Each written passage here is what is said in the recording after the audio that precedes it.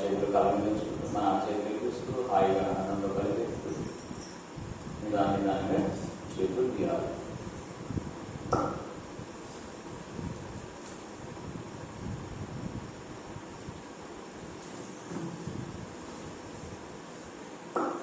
Okay, ఇంతవరకు చేసిన ధ్యానాన్ని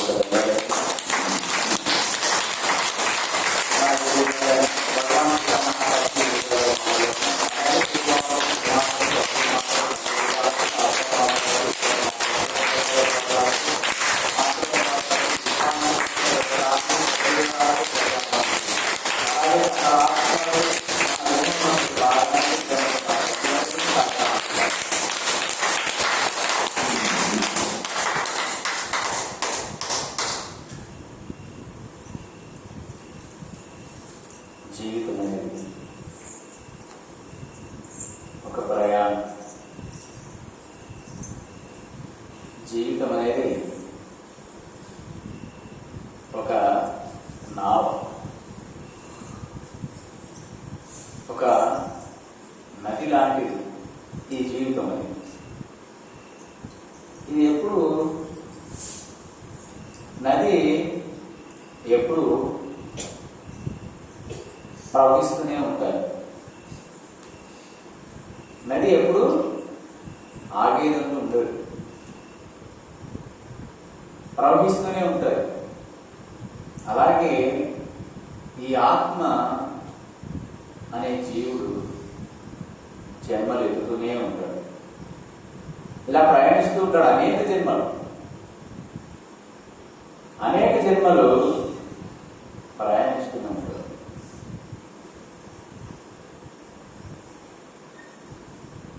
కాబట్టి జీవితం అనేది ఒక నది లాంటిది. ఏది శాశ్వతంగా నదిలో నీళ్లు నిలుస్తాయా? ఆ వంక పోతా ఉంది, ఆ వంకలో నీళ్లు, నదిలో నీళ్లు నిలుస్తాయా? ప్రతి క్షణం కదులుతూనే ఉంటాయి.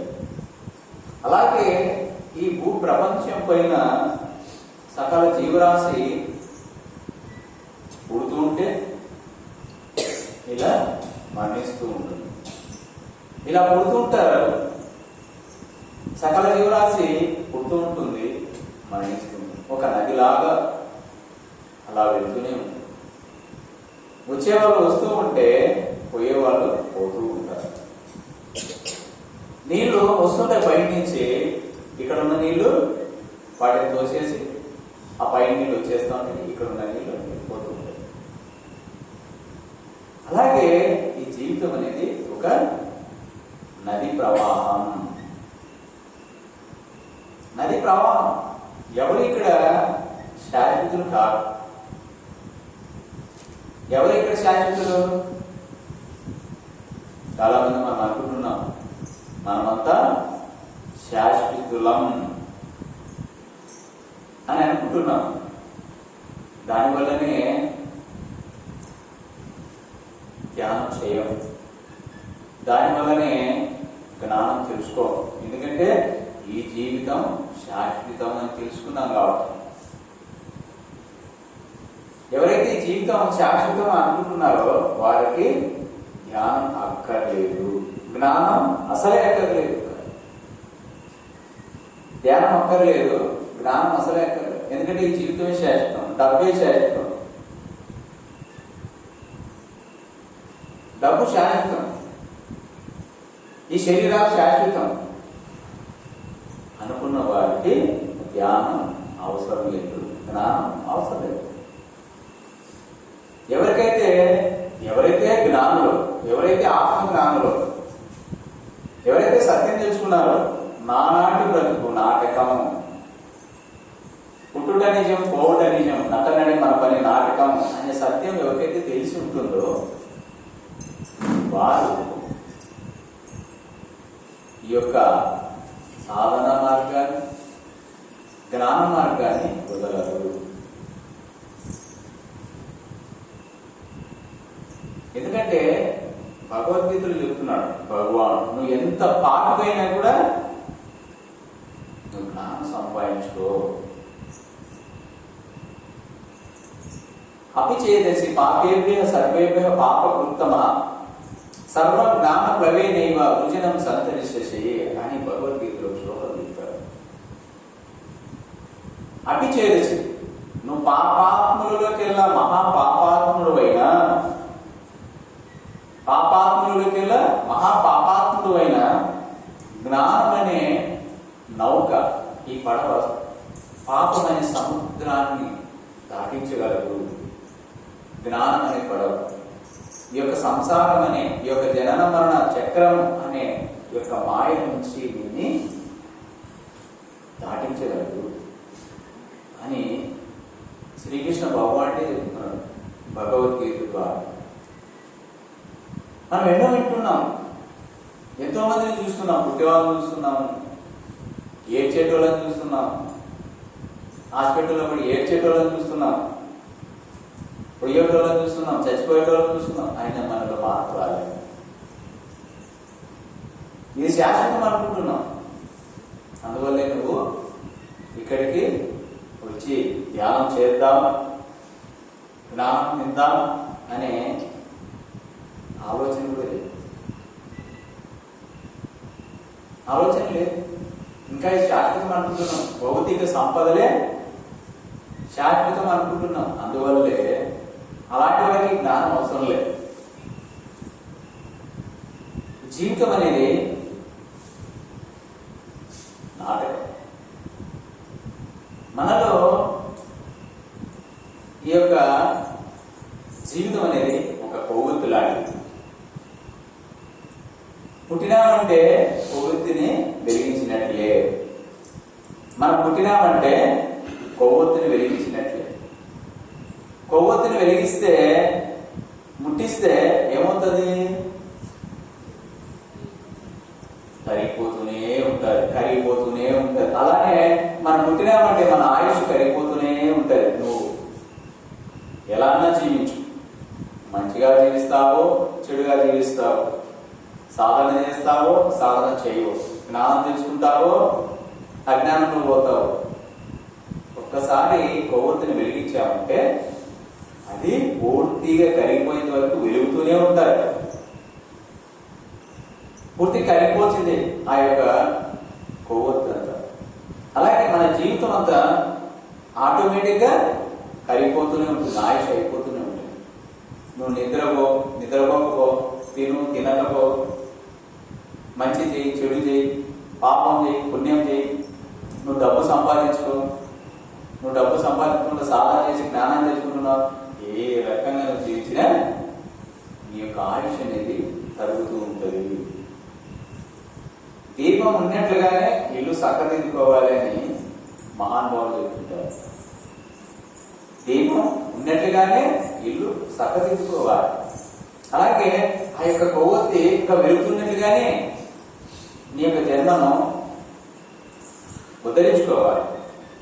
ఎప్పుడు ఉంటుందో, ఎప్పుడు పోతుందో, ఎప్పుడు ఆగిపోతుందో ఈ జీవితం, ఎప్పుడు ముగుస్తుందో జీవితం, ఎలా ముగుస్తుందో తెలియదు జీవితం. ఎప్పుడే బాగుంటాం, ఆరోగ్యంగా ఉంటాం. ఇప్పుడు తెలుసు ముందుంది ముసళ్ళ పండగ. ఊరికే చెప్పారు, ఏ శాస్త్రం కూడా ఊరికే చెప్పారు. ఎప్పుడన్నా మనసాన పడతారే, పడరా మీరు? వృద్ధాప్యం రాదా, ముసలితనం రాదా? అప్పుడు వేడుకోవడం భగవంతుని మీరు. ఓం నమ శ్రీ పరమేశ్వర శంకర రామ కృష్ణ ఎక్కడున్నావు స్వామి? ఇప్పుడు మంచుకు వస్తున్నా. ఇన్నాళ్ళు ఏం చేస్తాండి? ఇన్నాళ్ళు ఏం చేస్తాండి? గాడులు కాస్తాండి అంటాడు భగవంతుడు. ఆదిశంకరాచార్య అదే కదా, భజ గోవిందం భజ గోవిందం గోవిందం భజే మూఢమతే సంప్రాప్తే సన్నిహితి కాలే నహి నహి రక్షతి దృక్కుంకరణి భజ గోవిందం. నహి నహి రక్షతి సంప్రాప్తి సన్నిహితి కాలే. సావు దగ్గరికి వచ్చినప్పుడు చాలా మంది చూసుకుంటారు. ఎందుకంటే ముసలివారు పాపం వాళ్ళకి ఏదో ఇబ్బంది అయ్యి ఆపరేషన్లు అయ్యి కాళ్ళు ఇరిగి నడుము ఇరిగి కోడళ్ళు పట్టించుకోక కొడుకులు పట్టించుకోక మంచాన పడి ఏడుస్తుంటారు. దిక్కు దివాను లేక ఏడుస్తుంటారు. వాళ్ళ కళ చూస్తే నీకు అర్థమవుతుంది, అరే జీవితం ఇంతే కదా, వీళ్ళు మనలాగే జీవించి మనకంటే ఎంతో డబ్బు సంపాదించారు, ఎన్నో ఆస్తులు నిధులు మేడలు కట్టారు. కానీ అంతిమ క్షణంలో, చివరి క్షణాల్లో, చివరి రోజుల్లో ఎలాంటి దీనస్థితికి వచ్చారు. ఎలా పిల్లలు కొట్టుకుంటుంటారు. స్వామి నాకు సావు రాకపోయా, నేనేం పొరపాటు చేశాను, స్వామి నన్ను రక్షించు, స్వామి నన్ను కాపాడు, స్వామి నేను ఈ నొప్పిని భరించలేకున్నాను, ప్లీజ్ ప్లీజ్ ప్లీజ్ స్వామి నాకు ఈ సమస్య, స్వామి స్వామి ఏడుస్తుంటారు. అప్పుడు ఏడ్చే కంటే ఇప్పుడు ఏడ్చేది బెస్ట్. ఆరోగ్యం ఉన్నట్టు కానీ, ఆయుష్ ఉన్నట్టు కానీ, యవ్వనం ఉన్నట్టు కానీ, వయసు ఉన్నట్లు కానీ, భక్తి ప్రహ్లాదం మాదిరిగా. ఇప్పుడు తెలియదు మీకు, ముందుంది ముసలి పండుగ. తెలుసుకోవాలి. ఎవరి కోసం తెలుసుకోవాలా?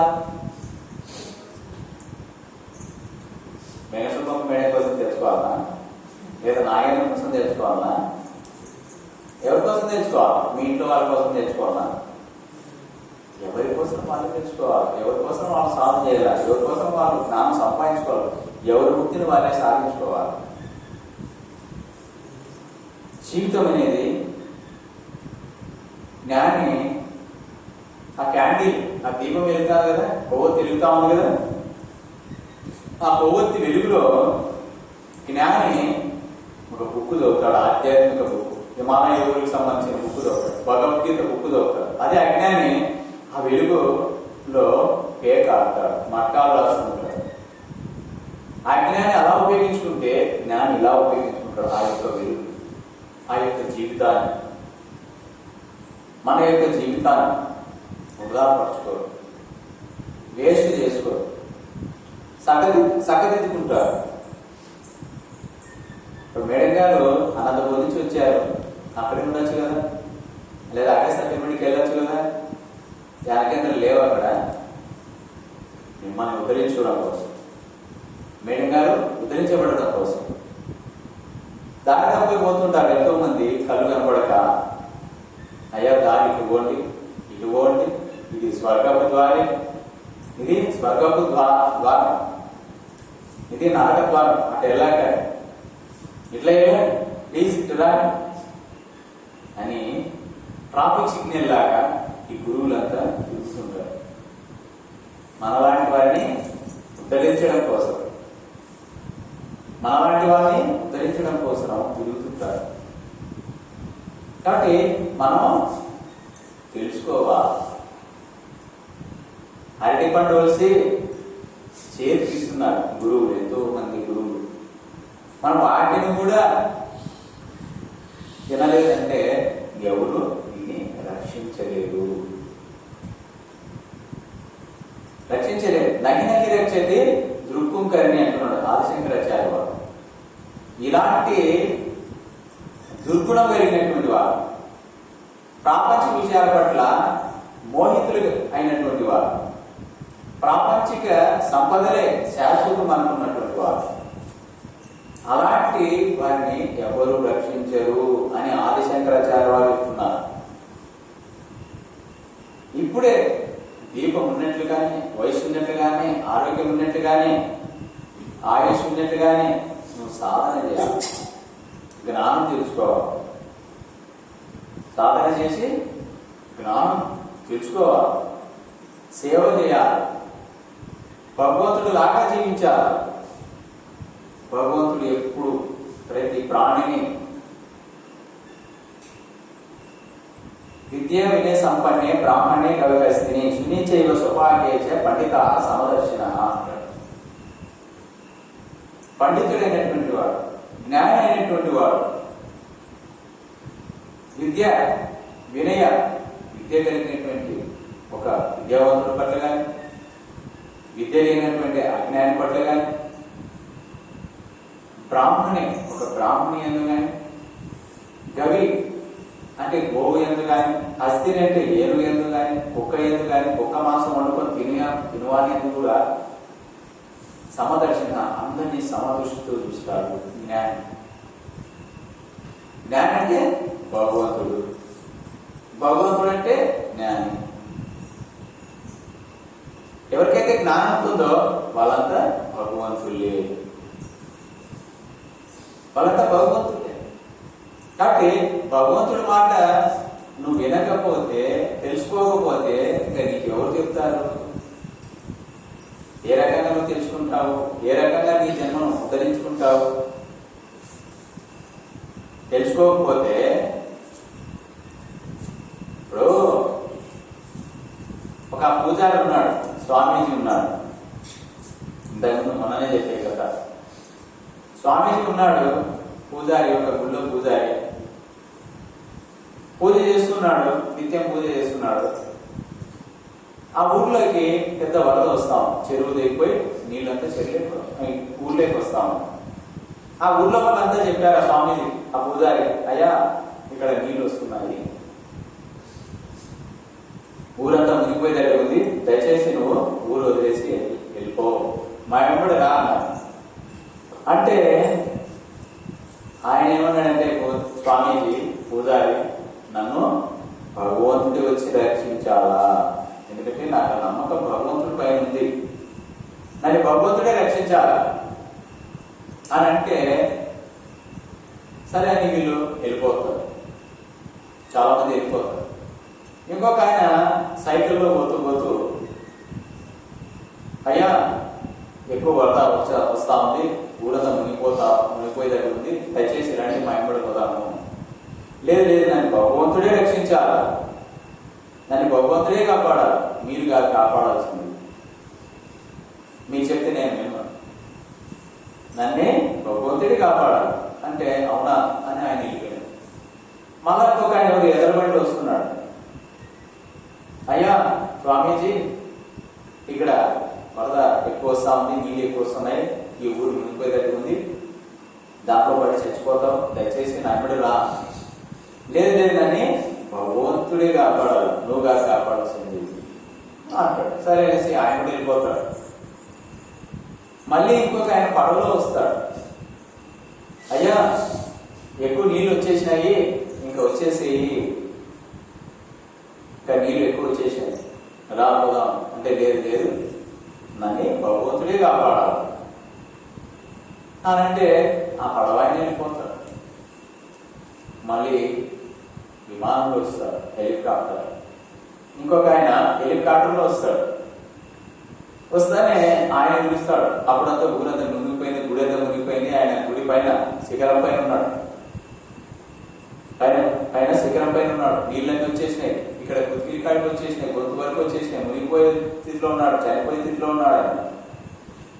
అప్పుడు విమానంలో వచ్చి హెలికాప్టర్లో వచ్చి ఆయన అయ్యా రా పోదాం, ఇప్పటికైనా రా పోదాం, చచ్చిపోతావు నీళ్ళలో మునిగిపోయి అంటే అప్పటికి ఆయన కూడా ఏమంటాడు ఆయన, లేదు లేదు నువ్వు గారు కాపాడుతుంది, నాకు భగవంతుడే కాపాడుతాడు, నాకు ఆ నమ్మకం ఉంది, భగవంతుడే రావాలి అంటానే ఆయన అంటాడు, ఒరే పలిమానోడా,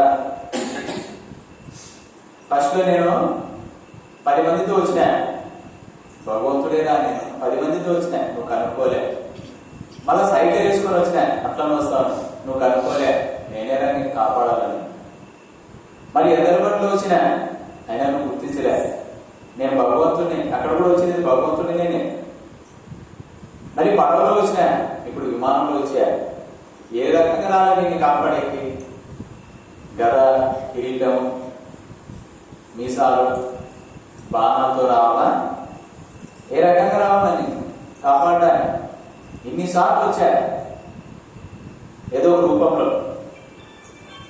నేను ఇన్నిసార్లు కాపాడాలని వచ్చినా, నువ్వు అన్నిసార్లు కూడా నన్ను భగవంతుడు కాపాడతాడు అంటున్నావే, అక్కడంతా వచ్చింది నేనేరా, నువ్వు కనుక్కోలే, నిన్నెవరు రక్షించకపో అని వదిలేసుకో. అలా ఎంతోమంది ఇక్కడ మాస్టర్స్ వచ్చి చెప్తుంటారు, తెలుసుకోండి, జ్ఞానం తెలుసుకోండి, సాధన చేయండి, జన్మలు ధన్యం తీసుకోండి అని ఎంతో మంది మాస్టర్స్ ఇక్కడ వచ్చి తన యొక్క పనులు ఎన్నున్నా వదిలేసి ఎక్కడెక్కడ ఇబ్బందులు పడి ఎన్నో ఆటోలు ఎక్కి, ఎన్నో బస్సులు ఎక్కి, ఎంతో ఛార్జీలు పెట్టుకొని వస్తుంటారు. ఇలా ఇబ్బంది పడి ఇంతగా చెబుతున్నా కూడా మీలో కాసింత అనువంత మాత్రం కూడా చలనాలు కలగలేదు, జ్ఞాన మార్పు రాలేదు అంటే ఎవరు మిమ్మల్ని మనం ఎవరు రక్షించలేదు. భగవంతుడు ఏదో రూపంలో వస్తున్నట్టు రక్షించాలని మనమే గుర్తించే దివ్య స్థితిలో లేము, దివ్య జ్ఞానంలో లేము, దివ్య దృష్టి లేదు మనకి. ఆ దివ్య దృష్టి ఉంటే వచ్చలేదే మేడంగానా భగవంతుడా, వచ్చలేదు సారా భగవంతుడా అనేది మనకు తెలుస్తుంది. ఆయన మాదిరి ఒక మూర్ఖుడు మాదిరి, ఆ పూజారి మూర్ఖుడుగా ఆయన భగవంతుడే కాపాడాలా, నాకు భగవంతుడు వస్తేనే నమ్ముతా, నేను భగవంతుడు వస్తేనే చెప్తా, భగవంతుడు వచ్చి చెప్తేనే నేను నమ్ముతా అంటే ఎవరు? కాబట్టి ఎవరు చెప్పినా మనం పత్రిజీ గురుగారు ఆదర్శంగా తీసుకుంటే నిన్న ధ్యానం మొదలుపెట్టినటువంటి వారితో కూడా ఆయన క్లాస్ వింటాడు. నిన్న ధ్యానం మొదలుపెట్టినారనుకోండి, మరుసటి రోజే గురువుగారు మైక్ ఇచ్చి చెప్పండి మీ అనుభవం ఏంటో. జ్ఞాని అంటే అలా ఉంటాడు. అజ్ఞాని ఎంత గొప్పవాడైనా నమ్మడు, వినడు. అజ్ఞాని ఎంత గొప్పవాడు చెప్పినా కూడా, శ్రీకృష్ణ భగవానుడు వచ్చి చెప్పినా, యేసు ప్రభు వచ్చి చెప్పినా, మహమ్మద్ ప్రవక్త వచ్చి చెప్పినా వాడు నమ్మడు, వాటిని వినడు. జ్ఞానులు ఎంత చిన్న పిల్లవాడు చెప్పినా, ఎంత అజ్ఞాని చెప్పినా నమ్ముతాడు, వింటాడు, శ్రద్ధగా వింటాడు. వాడి జ్ఞానస్థితి ఎలా ఉంది, వాడి జ్ఞానస్థితి ఓహో ఆ స్టేజ్లో ఉందా, ఓకే ఎల్కేజీ స్థితిలో ఉన్నదని జ్ఞానం, ఓకే 1వ క్లాస్ జ్ఞానంలో ఉన్నావు, ఓకే 10th క్లాస్ జ్ఞానంలో ఉన్నావు, ఓకే డిగ్రీ జ్ఞానంలో ఉన్నావు, ఓకే అని గురువులు వాటిని అబ్జర్వ్ చేస్తారు. కాబట్టి మనకు ఎంతో ఇలాంటి సత్సంగాలు జరుగుతున్నాయి, సాధనలు తెలుసు, ధ్యానం అనేది తెలుసు. మనం ధ్యానం అనేది తెలుదా? ఓకే ఇక్కడ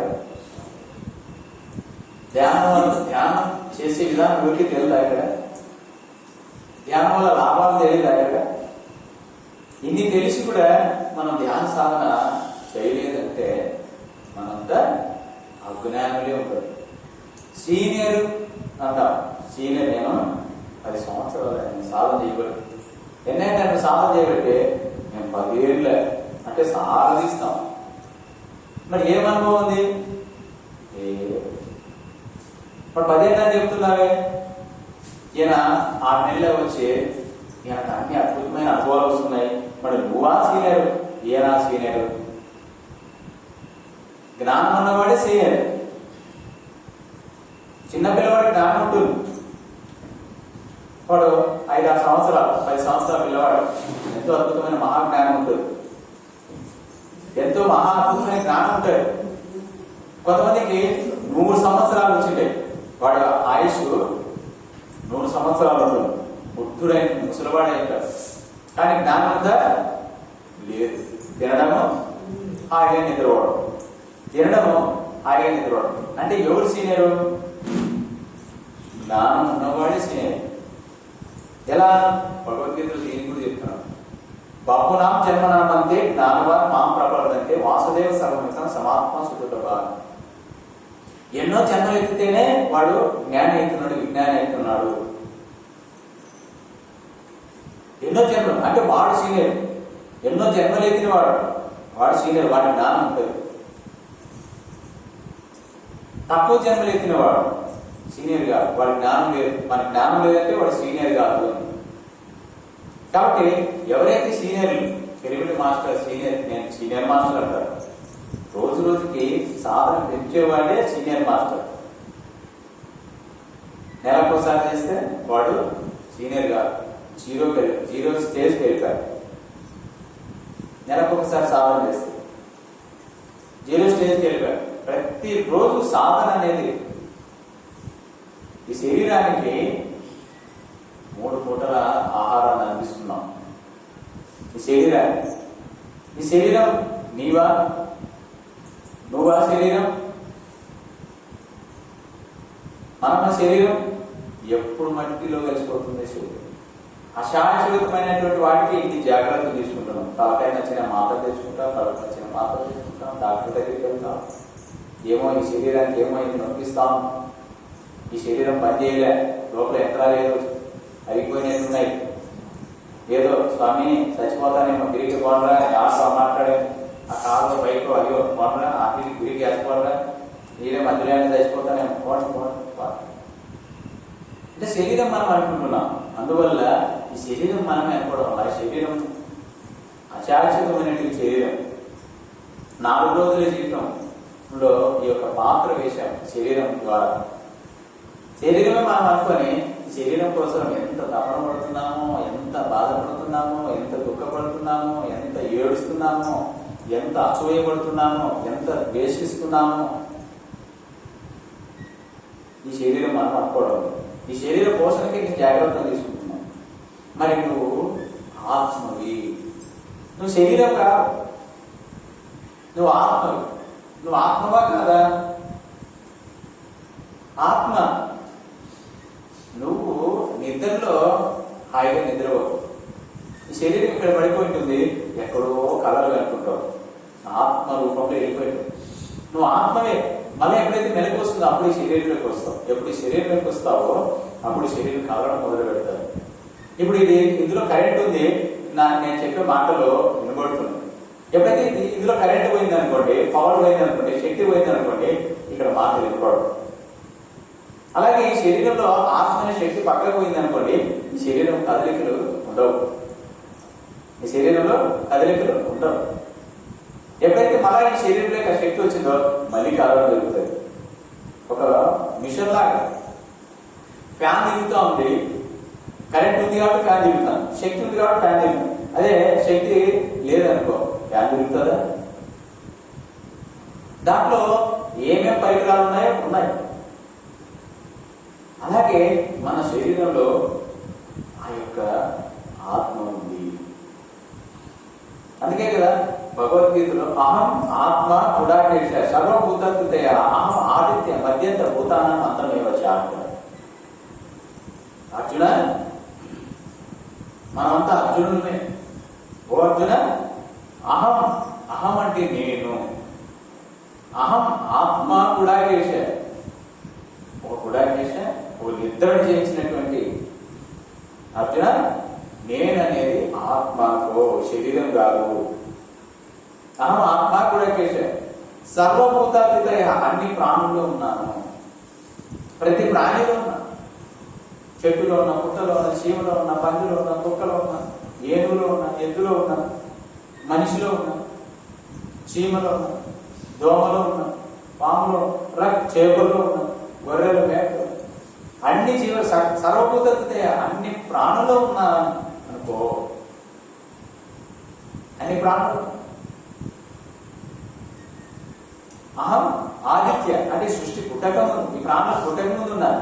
మధ్యంచ ఈ మధ్యలో కనపడే, ఈ ప్రాణులు కనపడేటువంటి ఈ మధ్యలో కూడా ఉన్నారు. భూతాన అంతమే వచ్చా, ఈ భూతాలని ప్రాణులన్నీ అంతమైనప్పుడు ఉన్నామని తెలుసుకోవాల్సిన. నువ్వు శరీరం కాదా, నువ్వు ఆత్మవి. నువ్వు శరీరం కాదు, ఆత్మవి. మన ఆత్మవే నువ్వైతే ఈ శరీరం నువ్వు కాదు. మరి ఈ శరీరానికి ఇన్ని జాగ్రత్తలు తీసుకుంటున్నావంటే మరి నీలో ఉన్న నీకు ఎంత జాగ్రత్తను పాటించాలి. ఈ శరీరము నేను చాలా జాగ్రత్తగా చూసుకోవాలి. ఈ మైక్ ఉంది, మైకు ఎంత బాగుంటే అన్ని మాటలు స్పష్టంగా వినపడతాయి. ఈ మైకును ఎరుగొట్టామనుకోండి, మాటలు వినపడతాయి. శరీరం అనేది చాలా చాలా గొప్ప ఆయుధం. ఈ భూమి పైన జ్ఞానం తెలుసుకోవాలండి, ఈ భూమి పైన అనుభవాలు పొందాలని, ఈ భూమి పైన సాధన చేయాలని గొప్ప పరికరం ఈ శరీరం. ఈ శరీరం లేకపోతే నువ్వు జ్ఞానం తెలుసుకోలేవు, అనుభవాలు పొందలేవు. ఈ శరీరం ధరించడమే ఆత్మ అనుభవాలు పొందడం కోసం, జ్ఞానం తెలుసుకోవడం కోసం. ఈ శరీరం ధరించడం నీకు కారణం జ్ఞానం తెలుసుకోవడం కోసమే, అనుభవాలు పొందుతూ అనుభవ జ్ఞానాన్ని తెలుసుకోవడం కోసం ఈ శరీరాన్ని ధరించడం. అంతేగాని ఏదో డబ్బు సంపాదించడమో, నిధులు మేడలు కట్టించడమో కాదు. నిధులు మేడలు కట్టించడం, డబ్బు సంపాదించడం కోసం ఈ శరీరం ధరించలేదు ఈ ఆత్మ. కానీ ఈ ఆత్మ అజ్ఞానం వల్ల, మోహం వల్ల, అర్షడ్ వర్గాల వల్ల ఇది ప్రాపంచికంగానే ఎక్కువ లాగుతా ఉంది. ఎందుకంటే మన మనస్సుకు బానిస చేయం, మన మనస్సుకు బానిస చేయం.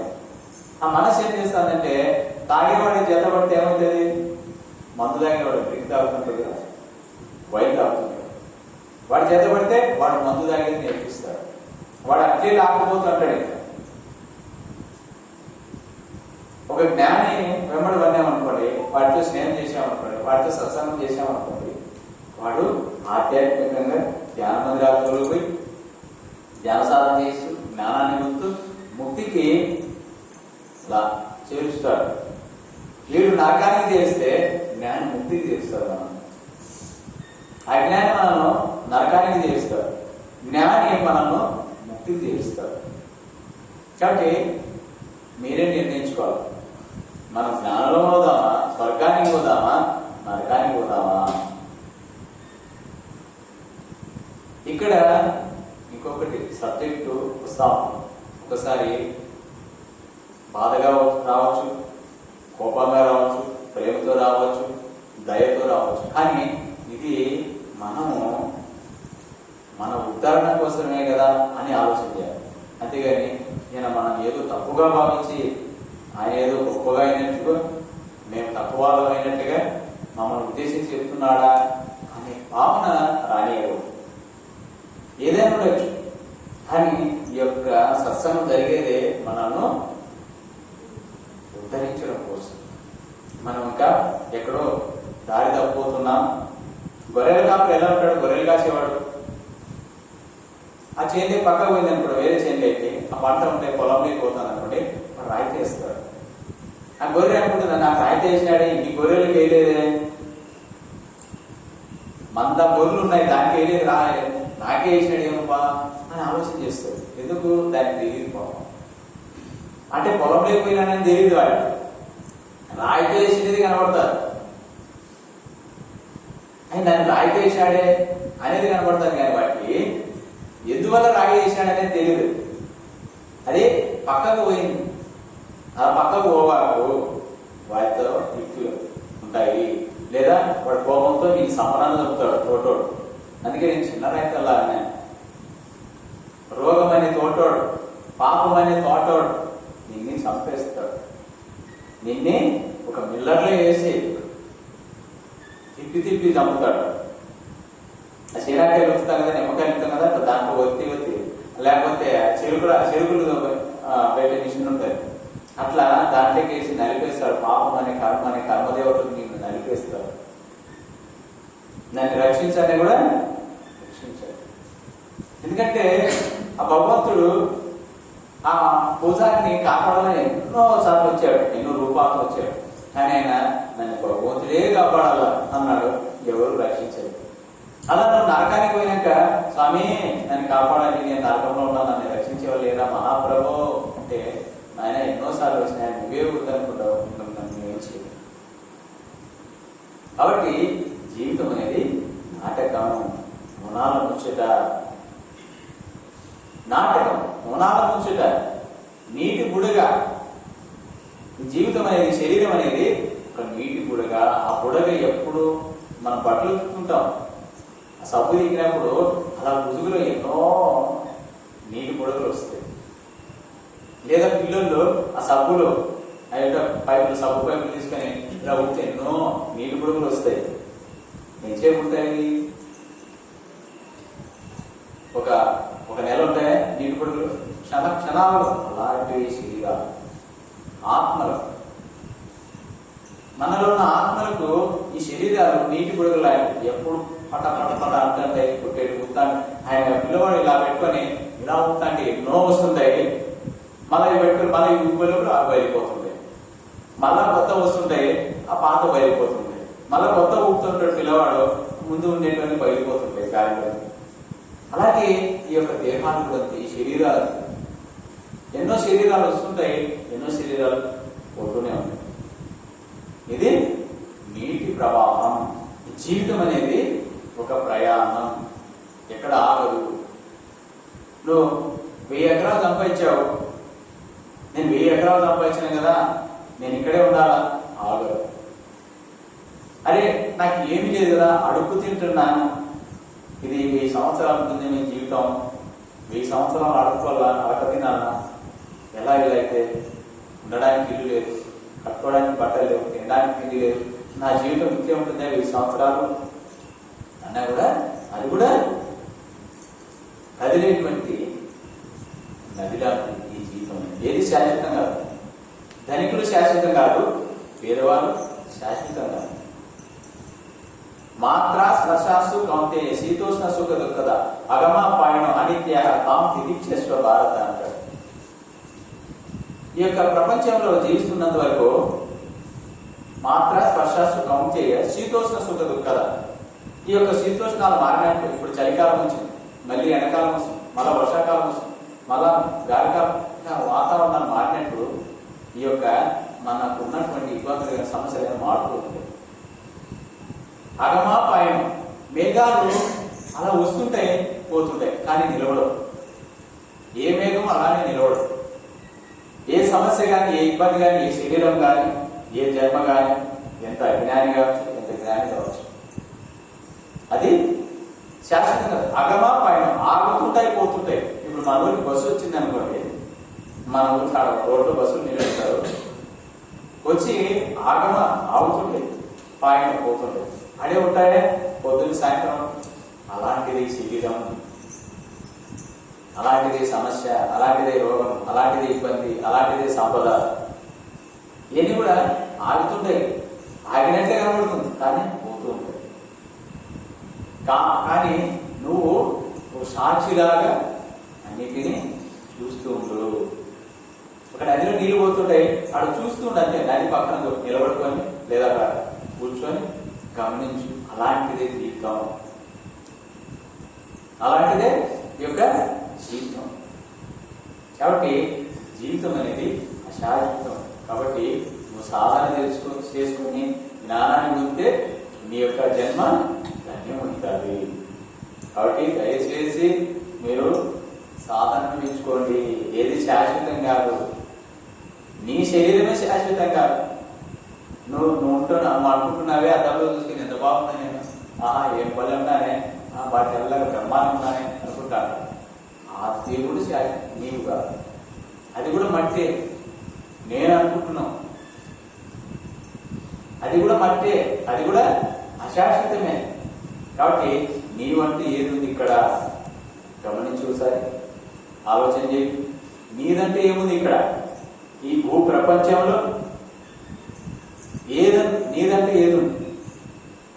నీదంటూ ఏది లేదు. నువ్వు అనుకుంటున్నావు ఇది నాది, ఈ ఇల్లు నాది, ఈ పొలం నాది, ఈ భర్త నావాడు, ఈ పిల్లలు నా వాళ్ళు, ఈ భార్య నాది, ఈ శరీరం నాది అనుకుంటున్నావు. నీదే కానీ నీవు కావు. నీదే కానీ నీవు కావు. నీవు కానటువంటి వాటి కోసం ఎంత తాపత్రయపడుతున్నామో, మనము కానటువంటి వాటి కోసం, మనది కానటువంటి వాటి కోసం. ఈ యొక్క ధ్యానమందిరం ఇది ఇప్పుడు ధ్యానమందిరం. అంతకుముందు ఏదో ఇక్కడ పూర్వీకులు, అంతకుముందు వారి యొక్క పూర్వీకులు, అంతకుముందు వారి యొక్క పూర్వీకులు, మరి దీని తర్వాత మన తర్వాత ఎవరు వస్తారో ఇదే ఉంది. మనం లేవు, మనదంటూ ఏది లేదు. కాబట్టి ఈ యొక్క జీవితం మునాల ముచ్చట. ఆ ముచ్చటని ధన్యత చేసుకోవాలి. జ్ఞానం తెలుసుకొని సాధన చేసి, సాధన పెంచుకుంటే రోజు రోజుకి. సీనియర్ అంటే ఏమి? సాధన పెంచుకుంటేవాడు. సీనియర్ అంటే రోజు రోజుకి ఇంకో 10 నిమిషాలు, ఇంకొక అర్ధగంట. ఈరోజు గంట చేసామంటే రేపు ఇంకా గంట 10 నిమిషాలు, మొన్నాడు గంట 20 నిమిషాలు, మొన్నాడు గంట అర్ధగంట, 1:30 గంట, అలా పెంచుకుంటూ ఉండేవాడే సీనియర్. సాధన పెంచుకుంటూ ఉండాలి సీనియర్ అంటే. జ్ఞానాన్ని పెంచుకుంటూ ఉండాలి సీనియర్ అంటే. దైవత్వాన్ని పెంచుకుంటూ ఉండాలి నీలో సీనియర్ అంటే. అంతేగాని ప్రాపంచిక విషయాల పట్ల పరిగెడుతున్నావంటే నువ్వు సీనియర్ కాదు, నువ్వు జ్ఞాని కాదు. నువ్వు అనుకోవచ్చు నేను సీనియర్ 30 ఏళ్ళ నుంచి ధ్యానం చేస్తున్నాను, నువ్వు చెప్పుకోవచ్చు. అది భగవంతుడి దృష్టిలో ఉండదు. కాబట్టి సాధన పెంచుకోండి, జ్ఞానాన్ని తెలుసుకోండి, 10 మందికి బోధించండి.